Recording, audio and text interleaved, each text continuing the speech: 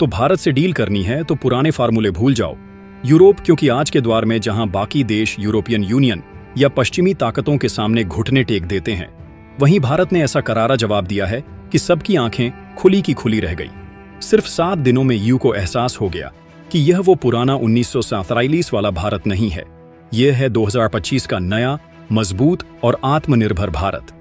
अब देखो कमाल की बात, जैसे ही यूरोपियन यूनियन ने 18वें सैंक्शन पैकेज में रूस से जुड़े तेल के सौदे को लेकर भारत की न्यारा एनर्जी को निशाना बनाया, सबने सोचा होगा कि भारत तो डर जाएगा, झुक जाएगा, मनोहार करेगा।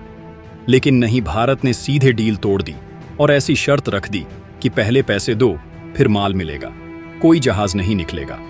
अब हालात ये हैं कि जब तक ईयू पैसे नहीं चुकाएगा, भारत से एक भी जहाज तेल लेकर नहीं निकलेगा। मतलब ईयू की सारी प्लानिंग पर पानी फिर गया। वो सोच रहे थे भारत कमजोर है, लेकिन भारत ने दिखा दिया कि अब खेल हमारे नियमों से होगा। सोचिए जरा, जिस कंपनी को यूरोपियन यूनियन ने ब्लैक लिस्ट में डाल दिया, वही कंपनी आज यूरोप को अपनी शर्तों पर नचा रही है। गुजरात की वार्डिनार रिफाइनरी, जो पहले एसआर के नाम से मशहूर थी और अब नायरा एनर्जी कहलाती है, उसने यह कर दिखाया है कि ब्लैक लिस्ट में जाना हार नहीं होती, बल्कि चाल बदलने का इशारा होता है। नायरा एनर्जी ने एक ऐसा फैसला लिया है जिससे यूरोप के पेट्रोकेमिकल बाजार में टेंशन बढ़ा है। दरअसल नायरा ने 33 से 35 हजार टन नाफ्था कार्गो के एक्सपोर्ट टेंडर को अचानक कैंसिल कर दिया। और मजे की बात यह है कि अब उसने उसी टेंडर में अपनी शर्तें जोड़ दी हैं, जैसे पहले एडवांस पेमेंट, फिर लेटर ऑफ क्रेडिट, नहीं तो डील कैंसिल। यानी अब खेल भारत की शर्तों पर होगा। लेकिन सवाल उठता है कि आखिर कैसे एक गुजराती कंपनी ने यूरोप को इतना घुटने टेकने पर मजबूर कर दिया कि यूं की सारी प्लानिंग फेल हो गई। आखिर क्यों यूरोप अब भारत से तेल खरीदने के लिए गिड़गिड़ा रहा है, जबकि उसने खुद ही नायरा को ब्लैक लिस्ट किया था? फिलहाल पूरी डेवलपमेंट क्या है, इस वीडियो में समझते हैं।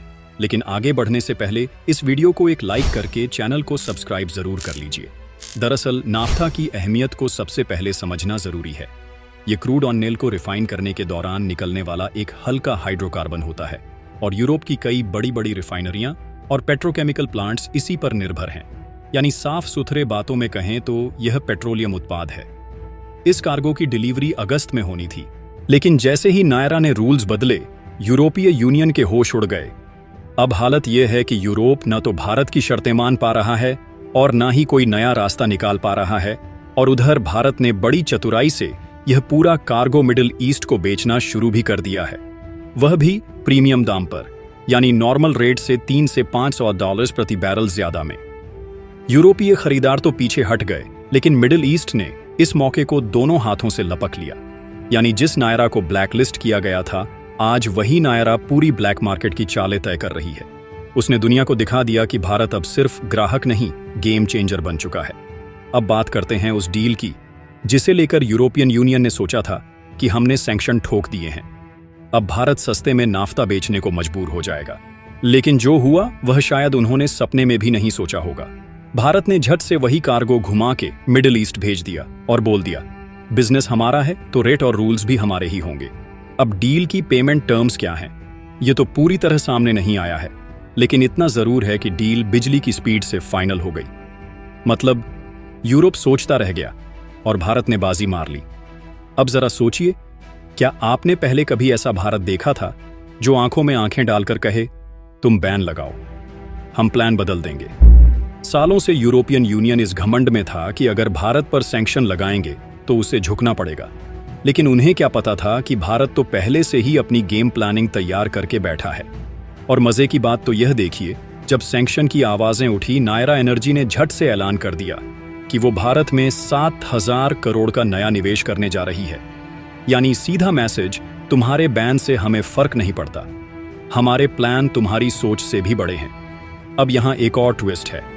रिलायंस, जो दुनिया की सबसे बड़ी रिफाइनरी चलाता है, उसने रूसी तेल की खरीद कम कर दी है और अब फोकस मर्बन ग्रेड जैसे नए ऑप्शंस पर है।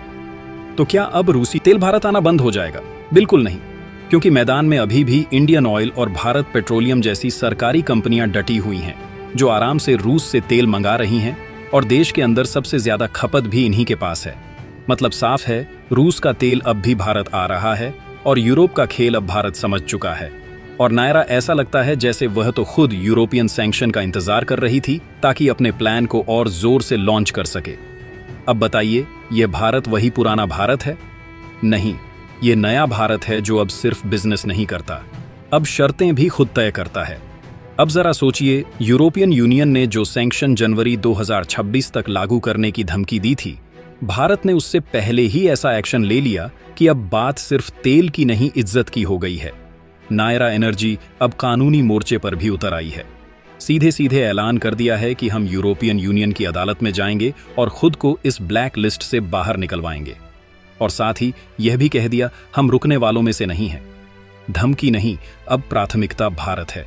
यानी अब नायरा और भारत दोनों ही दुनिया को साफ साफ बता रहे हैं कि बाजार बदल सकते हैं, लेकिन भारत का रास्ता नहीं। अब जो तेल पहले यूरोप के जहाजों में लॉड होता था, वो अब मिडिल ईस्ट, अफ्रीका और एशिया के मार्केट में जा रहा है। वहां न सिर्फ डिमांड ज्यादा है बल्कि मुनाफा भी तगड़ा है। और उसी वक्त रूस से आने वाला सस्ता तेल भारत में बड़े आराम से एंटर हो रहा है। यानी यूरोपियन यूनियन को बायपास करने की पूरी तैयारी हो चुकी है, और वह भी पूरी तरह से लीगल तरीके से।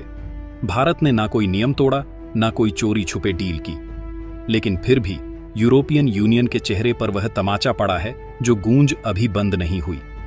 अब आप ही सोचिए, क्या यह नया भारत नहीं है? क्या यह वही भारत है जो पहले चुपचाप बैन झेल लेता था? और नायरा एनर्जी का यह स्टेप सिर्फ एक कंपनी की हिम्मत नहीं है, ये बाकी देशों के लिए एक मिसाल बनने जा रहा है। शायद अब और भी देश खड़े होंगे और पूछेंगे, यूरोपियन यूनियन, तुम कौन होते हो हमारे बिजनेस पर सैंक्शन लगाने वाले? पिछले ही दिन एक जोरदार रिपोर्ट सामने आई।